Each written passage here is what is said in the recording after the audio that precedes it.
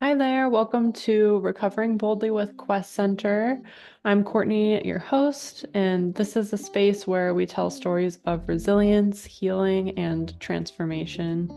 Each episode, we talk to inspiring guests who share their journeys navigating mental health challenges, addiction, chronic pain, and more, offering honest insight and celebrating the courage that it takes to reclaim hope and live boldly as your authentic self. A bit of background on Quest Center. Quest is a nonprofit health center based in Portland, Oregon, with a mission to provide integrative healthcare services, community, and education to all people seeking a wellness-focused approach to living and dying. Our programs in HIV services, substance use recovery, chronic pain management, mental health, acupuncture, and holistic medical care all recognize that each person has a unique journey to healing. And in addition to offerings like individual and group therapy, our programs all take an integrative approach to wellness. So they include elements such as peer support, acupuncture, wellness movement, nutrition, and of course, at the heart of it all, community. If you would like to learn more about any of our services, you can visit our website at www.quest-center.org. We will be diving right back into Ronda's story here. So if you have not listened to part 1 of Ronda's story, please go back and listen to part 1. It will make part 2 here make a lot more sense. I do just want to mention that this episode contains mature themes, including mentions of sexual assault, suicide, and drug use. Please take care and take the time that you need. Your well-being matters. I'll leave some resources in the show notes. And please note that the views and opinions expressed by guests on this podcast and the host of this podcast are their own and do not necessarily reflect the views of Quest Center as an organization. So without further ado, I'd like to welcome Ronda. So I have this boyfriend who ends up, after, we're together for about a year, committed suicide in jail. Yeah. You like my lifetime story, right? Yeah, it's like when it rains, it pours. Yeah, I find out 3 days later because at the time I don't know anything about jail. I don't know anything about pink slips and was this someone that you met while he was in jail or no? Okay. No, we met out. We lived together for almost a year, and he gets picked up on a warrant and he freaks out and I can't go to prison. I don't want to do that. I already spent it. And I'm just like, calm down, it's like, don't worry about it. But I wasn't, like I said, I didn't know anything about pink slips. And then he goes to jail on a Monday, January 19th, goes to court on the 20th, I'm done this on the 21st. And that's on a Wednesday. I'm going up to jail on Friday. So I don't even know he's gone until someone calls me on at Costco. So here I am at Costco, getting the most life-changing, horrible news.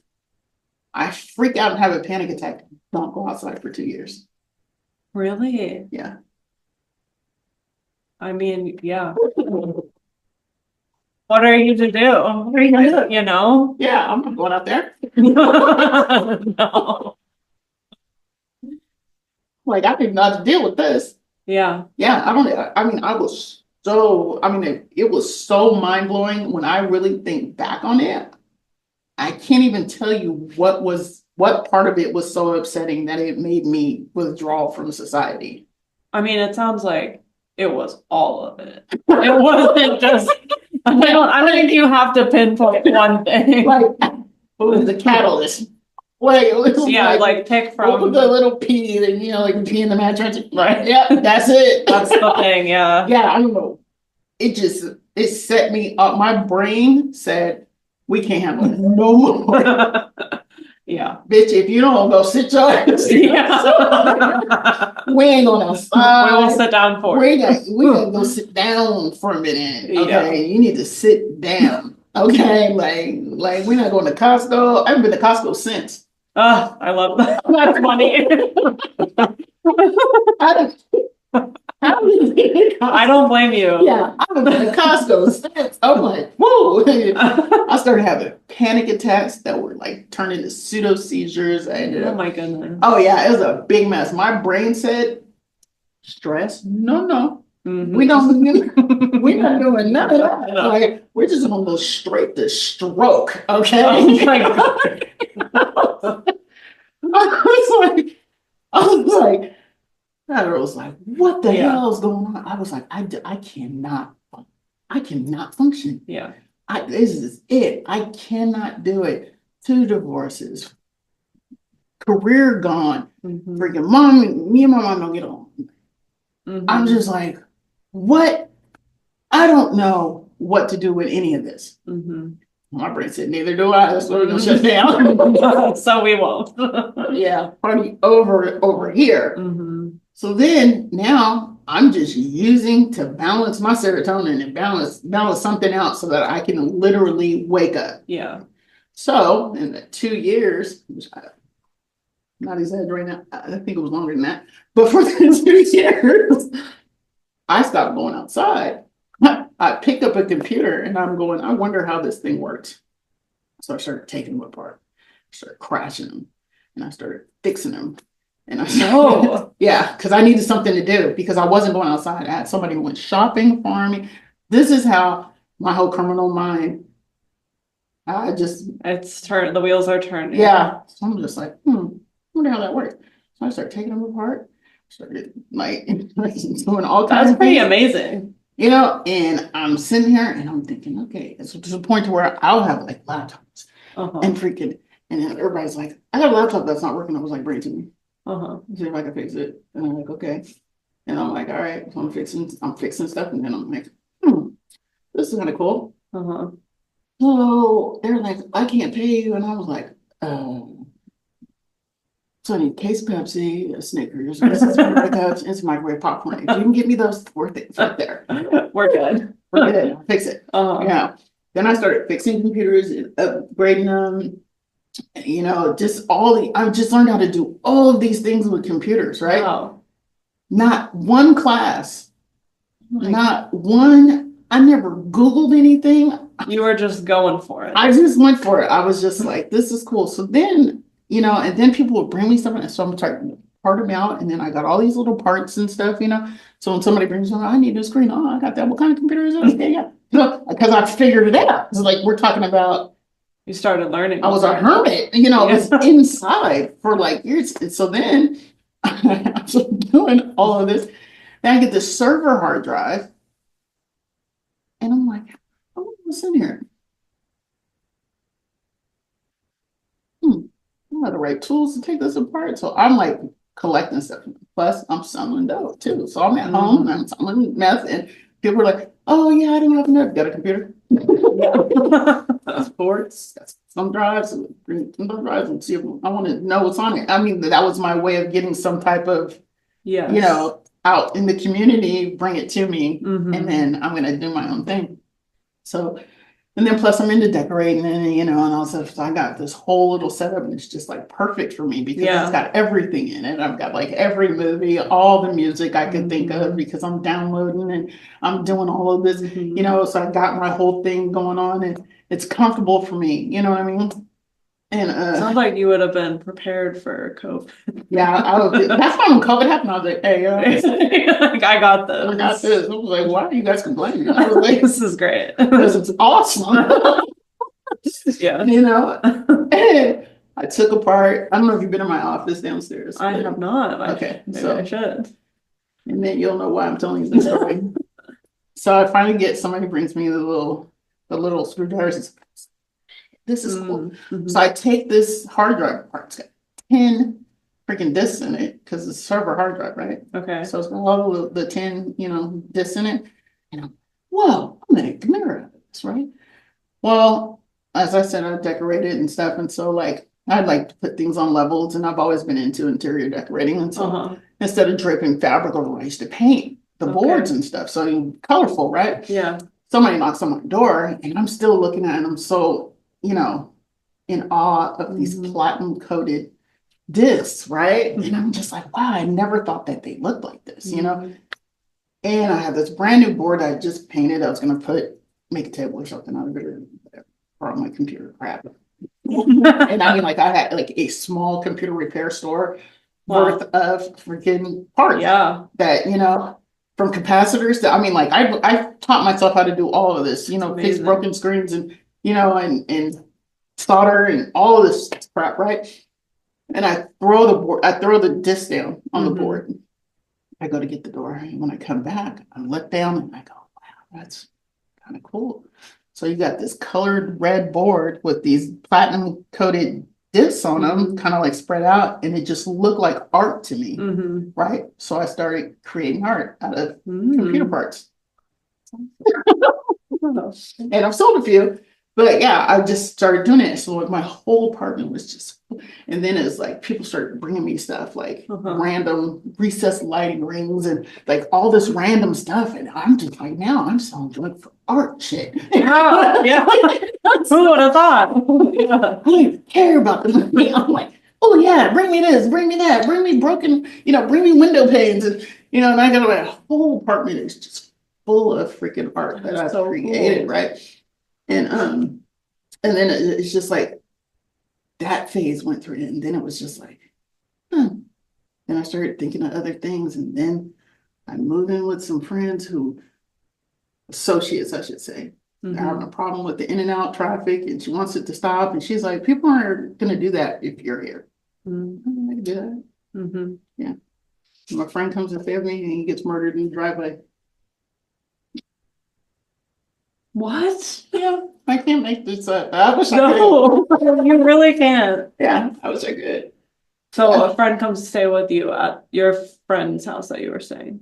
Yes. Well, there's a place that I was staying. I was there for about a year and a half. Okay. Kind of the pit bull, kind of like to keep traffic down, and they were doing all, pretty much dope house, And a friend of mine comes. It was all over the news at the time, and yeah, kind of just like did it done. He's like, oh, I'll stay for a little while. I'm like, okay. I knew he was hiding out from who he was hiding out. I knew what was going on. I knew what would happen if, and then, And then it happened. Yeah. Were you there when it happened? Yeah. That's horrible. I ran outside 3 times. Yeah. Yeah. And so then I hit the streets and I was like, I can't stay here because this is going to come back on me. I don't want to be anywhere around here, Then that led to other things and ended up going to jail. And I said to myself, you know what? I gotta go to jail to get out of this. Cause it was like I had people who were dependent on me who were like, it was just like it's constant. It was like yeah. Yeah, you felt like you didn't know how to, there was no way out. There was no way out but to go to jail. Yeah. So I was like, I'm going to jail. Take a nap. There's a lot going on. And my lawyer looks at me and he goes, they're trying to get you for criminal enterprise. And I was like, what? Whoa. I'm like the RICO Act? Yeah. Doing that much. Like, you know what, dude? Like, no. But I felt it. You know how you can feel things? You can feel when something's going to happen. I felt it the night before. Really? I felt it because there were some people at the hotel that I didn't recognize that were outside the door. And I just felt it, I was like, I was like, so I'm not going to re-up and get any drugs or anything like that. Well, I'm just going to sit here and just kind of like go over, talk about whatever, just hang out and anything for personal use is whatever it is, and not have any cash in the room. And I swear, the crack of dawn, they came in and that was just like, oh, great. Oh, I knew it. I was like, I knew. Yeah. I was like, I knew something was up, But when they said they were there for me, I went, oh, yeah, that's crazy. I don't even go anywhere. How can you be here for me? I literally have not left this room. Like, when I say I didn't go outside for years. Yeah, I mean it. When I said, I was like, there's no way. How the hell are you here for me? I don't even leave this room. I haven't left this hotel room and been here for like a year and a half. Did you find out how? Yeah, I figured it out. Yeah. They were like, it's like, okay. But because of that, they couldn't charge me with anything because they didn't have anything. One wasn't in my name. I was in a Mhm. different room and I just happened to be in that one. Gotcha. So there was no drugs. They were like, yeah, we got her 10 grand, no, 10 ounces. And I was like, what? So my lawyer, I was like, that's impossible. Mhm. And he was like, what do you mean? I said, tell him to test it. Tell him to test it Mm. and then get back to you about what that is. And he was like, are you serious? And I said, yeah. I said, because if they have what I think they have, what they have Mhm. is rock salt from the winter before when we were throwing it in. And he was like, you Uh-huh. are kidding me. And I said, no, I'm dead serious. I said, that what they have. Wow. It's fucking 10 ounces of rock salt. Yeah. And then because they were just like, yeah, we got on distribution and da da da da. And I was like, yeah, stupid. Yeah, no, that's not what you have. And he was like, they tested it. And I said, what? I said, it was rock salt. He said, yeah. And my lawyer dies laughing. He said they thought they were so sure that they had to like. Oh my And I God. said, how much drugs was actually in there? He was like half a gram. Wow. And I was like, he was like, but the question is, he said, the question is, what's up with the counterfeit money that's in the safe? And I said, hey, look, I've already talked to the Secret Service, okay? And it's part of my art project because I'm an artist, right? And I talked to them for 34 minutes and they hated my guts, okay? They hated me so much. And I think it was a little high when I talked to them. So Uh-huh. I was just like, I'm an artist, right? So I was trying to explain everything. And they were just like, this is nuts. And we are done talking to you. And I was like, no, for real. And I was like, did you see that you saw it? And I was like, so you telling me I can't do my artwork? And they were like, okay, no, you could do your artwork. Just don't throw it away. Don't, Mhm. like put it up so that nobody can get to it. I was like, it doesn't even have sides. It's just like, I'm like, dude, they were so done with me Wow. that, and I asked for a card just in case I got in trouble, something coming. And they were like, no, I don't ever want to see you again. And I was like, okay, no, I guess, Like you not to got be it. rude, Yeah. I was like, my lawyer was like, that's why they didn't try me. I said, no, because they told me if I put it in the safe, if I put it away so that people couldn't, because I had this chest Uh-huh. and I was money chest, right? So I was going to cover it. And so and I said, they told me that as long as I It's put it fine. away, that it was fine. He was like, but didn't they tell you to lock the safe? And I was like, well, they didn't specify. Right. No. They just said put it in there. So I had it in a bait bag. It was in there. You know what I'm saying? Yeah. Nobody could see it. He was like, I cannot believe this. And I said, no, yeah. So I stayed in jail for like 3 months, got Mhm. out and stayed with my daughter for a minute, but then I really didn't have anywhere else to go. And Mhm. so trap house it was. This was like, we need you over here to kick Mhm. these people out. And I was like, okay. I've always been like that person, On guard. You know what I mean? Like, Yeah. okay, yeah, let's go clear house. So, Uh-huh. so I went over there, fell back into it. I'd never been arrested before, so I didn't know anything about it. So they finally identity theft because I had a food stamp card and an ID that wasn't mine. I don't even know where the ID came from. But Really? my lawyer was like, you know what? Just to avoid the rabbit hole, just go ahead. And I Yeah. was like, okay. But if I knew what I do now, I'd have fought that Yeah. but I'd never been in trouble before. I'm Mhm. 49 years old, and the judge is looking at me like, well, what are you doing? And I go, I don't know. Yeah. So he was like, okay, probation. And I go, so what does that mean? What was it like being there? In jail? Yeah. It was whatever. It was whatever. It was whatever. I went in there, I got a well-deserved nap because it was constantly up, like Yeah, constantly. did you have trouble with detox while you were there? No. No. And see, that's the thing too, though. So it's like for me, my recovery is different Mm-hmm. than a lot of, and which is why I emphasize on putting a value on recovery. Mm-hmm. Like I sit here going, no, I didn't do the meetings. I mean, the last time that I went to jail and they were like, so what do you want to do? I said, I'm going to go to treatment. Mm-hmm. Even though I knew I wasn't going to go to treatment for the substance use because my mental health was the issue, dealing with my mental health and my anxiety attacks that were like Mm-hmm. severe, Mm-hmm. I was like, something's going on in here that I need to address, Yeah. I could do without the drugs. I don't care about that, That's not going to be a problem for me to stop doing. This is, and so I went to treatment. They were letting me on the street, and I was like, nope. They were like, well, you'll have to take the PV on. I don't care. Mm-hmm. They're like, are you serious? I said, yeah, okay. I give a damn about whatever charge that is. I don't care. I said, just give it to me and take me from door to door from here to treatment. Because if you let me out to the street, I have no plan. Yeah. I have no plan. So this is my plan. So they're like, okay. So they got in there and they did it. Sent me over to VOA. And when I got to VOA, I was still an inmate for like a week, I think. They were like, if you leave, you're going to escape. I ain't going nowhere. So what am I doing? So what are we doing? And went to VOA and they kept asking me as well. I was like, you know what? I get it, do the whole recovery meeting things. And I was like, if I listen to one more person who says that they're an addict after having 10 years clean, I'm gonna lose my shit. You're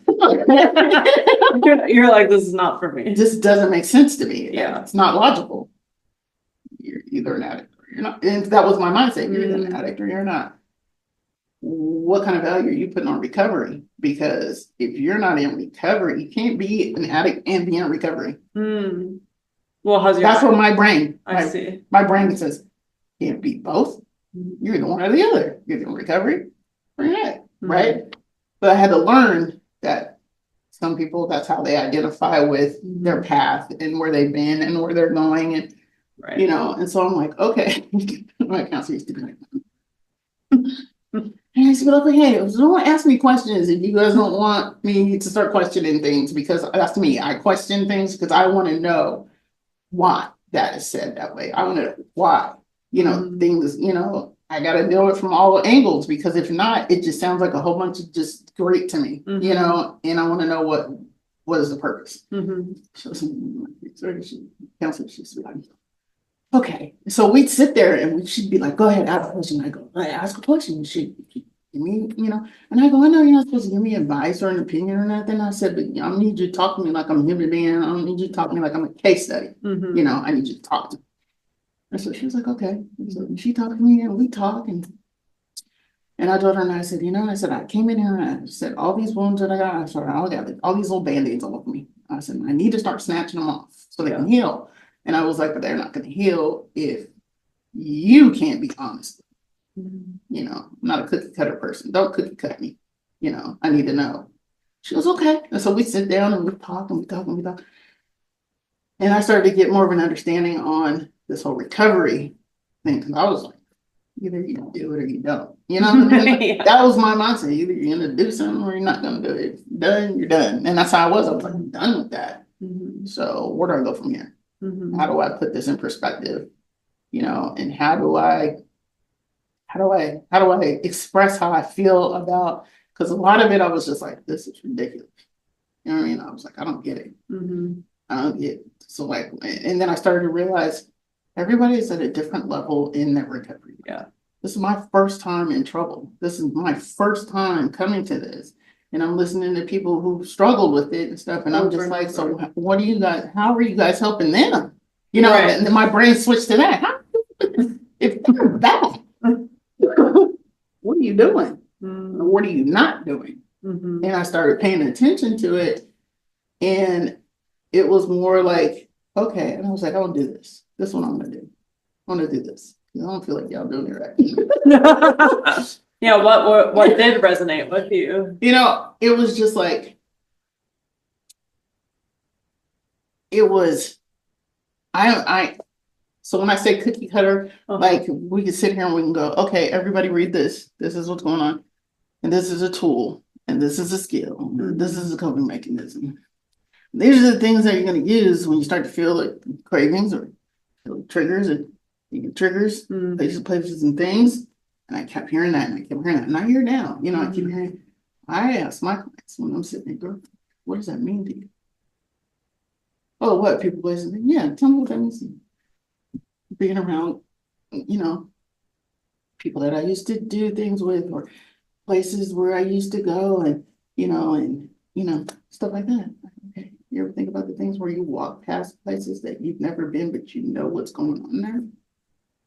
Just because it's not your people, place, and thing, it's still a place and thing. Mm-hmm. So if you're still subjecting yourself to areas that Mm-hmm.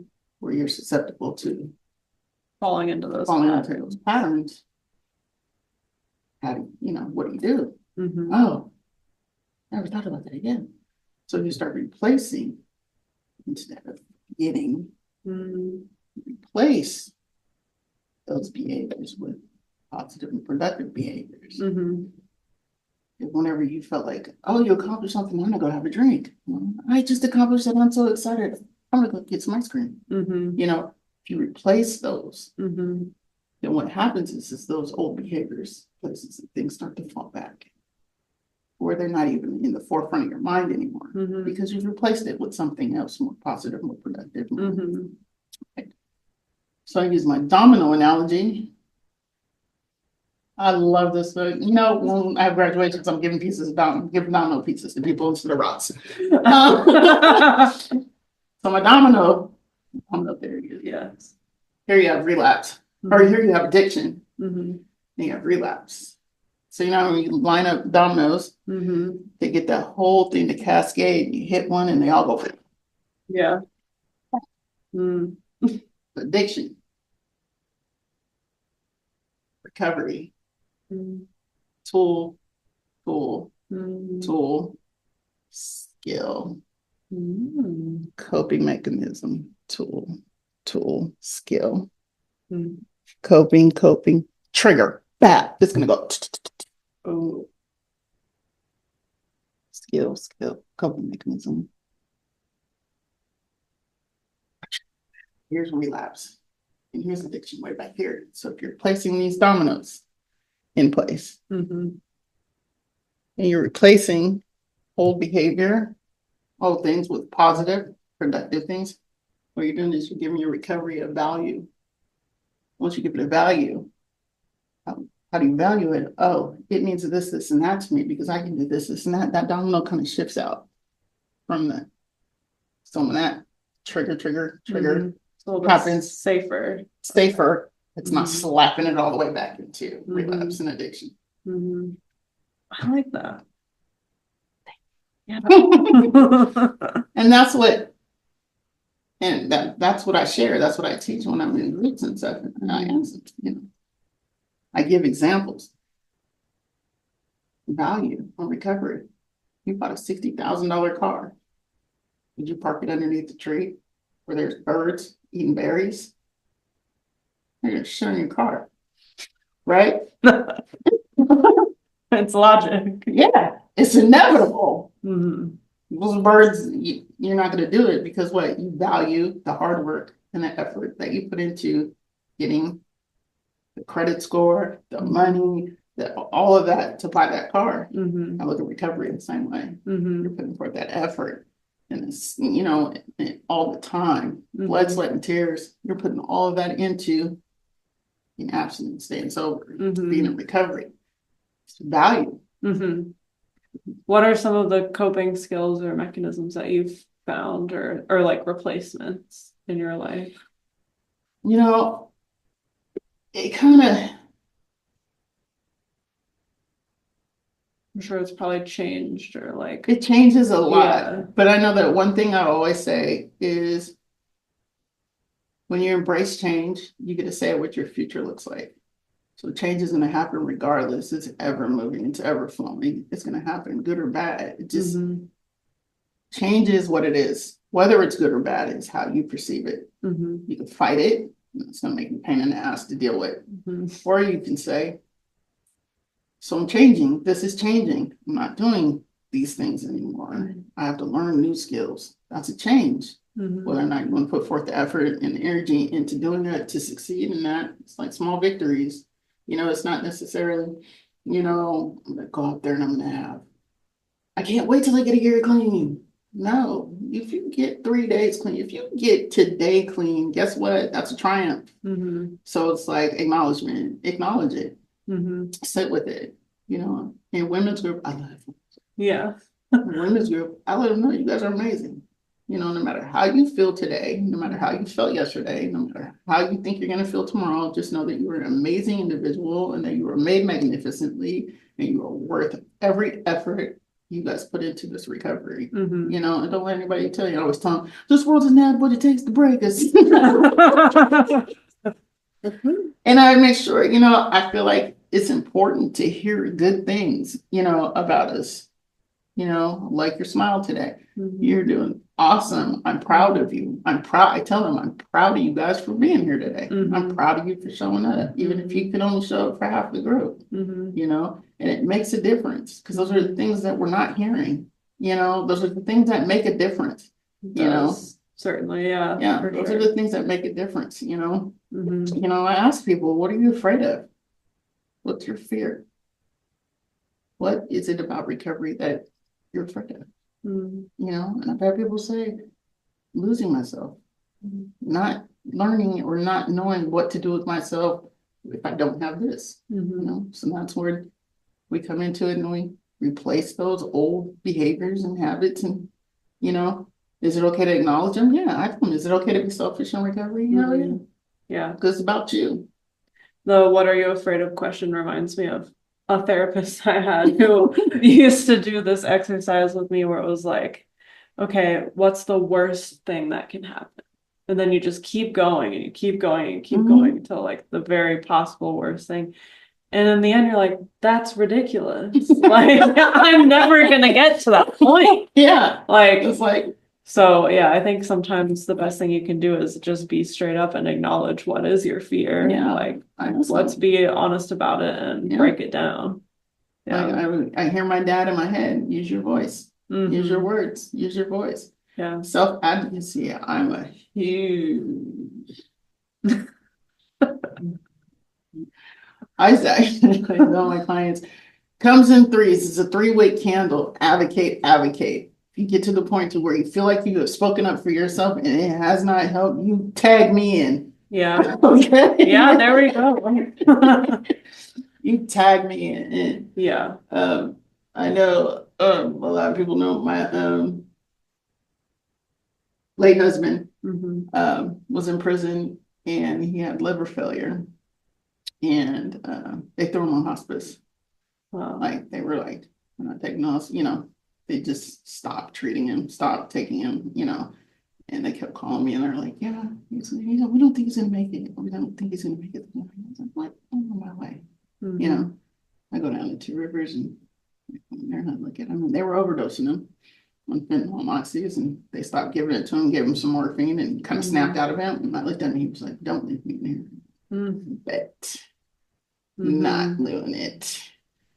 I got you. I was like, you may not be living long, but you ain't gonna die in here. And so I looked at the guard and I was like, who's the, what do y'all call them, wardens? I don't know. Who is it? Superintendent? Oh, correct me. Okay, yeah, that's fine. They just told me who it was. And I was like, okay, all my computer skills.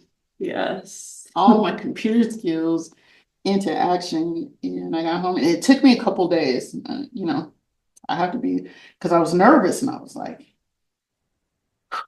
okay, I got type her name in, found her personal phone number, personal cell phone number. It took me a couple of days and I sat there and looked at them and I said, fuck it. All she can say is no. Yeah. I called her. Hey, how you doing? Here it is. Yeah. Because she answered the phone like, hey, hello? I was like, hey, what's up? Told her I was. I told her who he was. And I said, he's in infirmary right now dying. I need you to let him come home.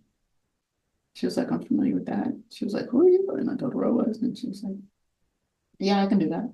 Wow. She was like, she goes, can I ask how you got my number? And I was like, honestly, girlfriend, I Googled you. You might want to get that fixed. Yeah. I said, yeah, give me your address and everything. I mean, I'm just saying, I'm letting you know. Yeah, the things you can find. Yeah. And she was like, okay. And 8 days later, they arranged to have him brought on the ambulance and he died 3 months later. Wow. Yeah.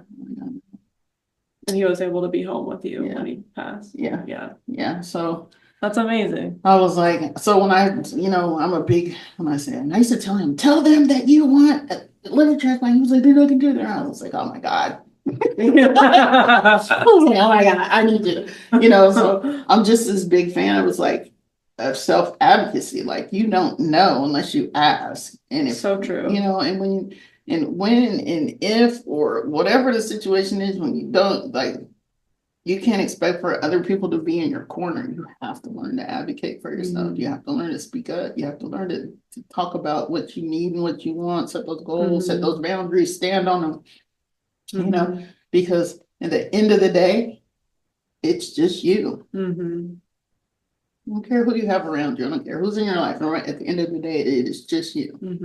You're going to succeed through this, with all of its bumps and challenges and, because life can be complicated and disrespectful. And I think I'm living proof of that, but like I tell, this world ain't got what it takes to break me.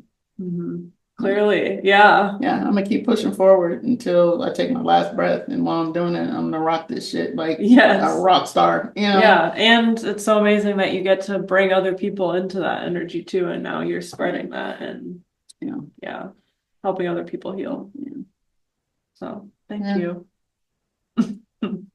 I love it here. I love it here. Look, I'm so glad. I love it here. I love it here at Quest. I love everyone that I work with. I mean, there's just such a modge podge of cornucopia of all different types of talent and skills and people and I do. And Quest has shown me so much love and support with everything that I have going on in my life, from him dying to my daughter having cancer and and just